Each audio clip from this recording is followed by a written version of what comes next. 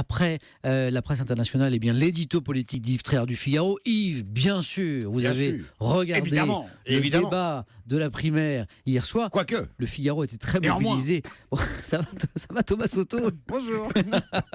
Yves, selon vous, ce débat, c'était celui des anciens et des modernes. Ou prétendu tel. Effectivement. Alors d'un côté, il y avait Juppé, Fillon, Sarkozy, Copé. Les anciens, les hommes blessés, on les sentait par les affaires, oui. Les procédures judiciaires, leur passé politique inachevé, leurs échecs et leurs amertumes. Et de l'autre, le maire, sans cravate, c'est une première dans l'histoire politique française, et Kosciusko-Morizet, les figures du renouveau qui veulent passer pour telles, et puis Poisson, l'inconnu. Oui. 5 ans en arrière, on aurait été au Conseil des ministres. C'était quand même un débat de bonne tenue, pas de pugilat, quelques piques. Et non, ils ne sont pas tous pareils. Ils ont pu dérouler leur programme chacun. Et c'est, je vais être à l'envers, à l'encontre de tout le monde, sur les sujets économiques que le débat a été le plus âpre. Pourquoi ? Parce que c'est là où ils ont le plus à se reprocher et c'est là où ils essayent de se rattraper.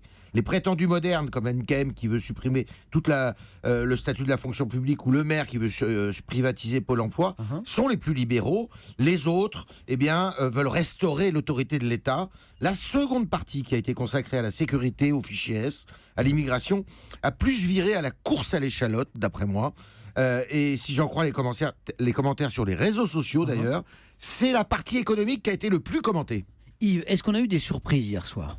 Non, quelques échanges tendus entre Copé et Sarkozy sur la paternité de la loi interdisant le port du voile intégral, sur la voie publique, entre Fillon et Sarkozy sur la suppression des 35 heures, entre NKM et Le Maire sur la suppression des postes dans la fonction publique. Mais d'une façon générale, c'est évidemment Sarkozy qui, en creux, a essuyé le plus de reproches, même si les affaires n'ont pas pollué. Non, elles n'ont pas pollué le débat.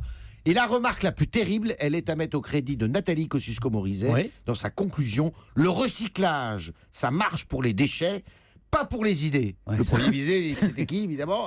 Nicolas Sarkozy. Sarkozy, bien sûr. Je parlais du Parisien qui a donné des notes hier aux différents candidats. Selon vous, Yves, hier soir, qui a gagné ? Moi, je vais donner des adjectifs. Juppé et Fillon, les plus sereins. Sarkozy et Le Maire, les plus tendus. Copé, le plus à l'aise. Kosciusko-Morizet, la plus audacieuse. Poisson, le moins cosmétique.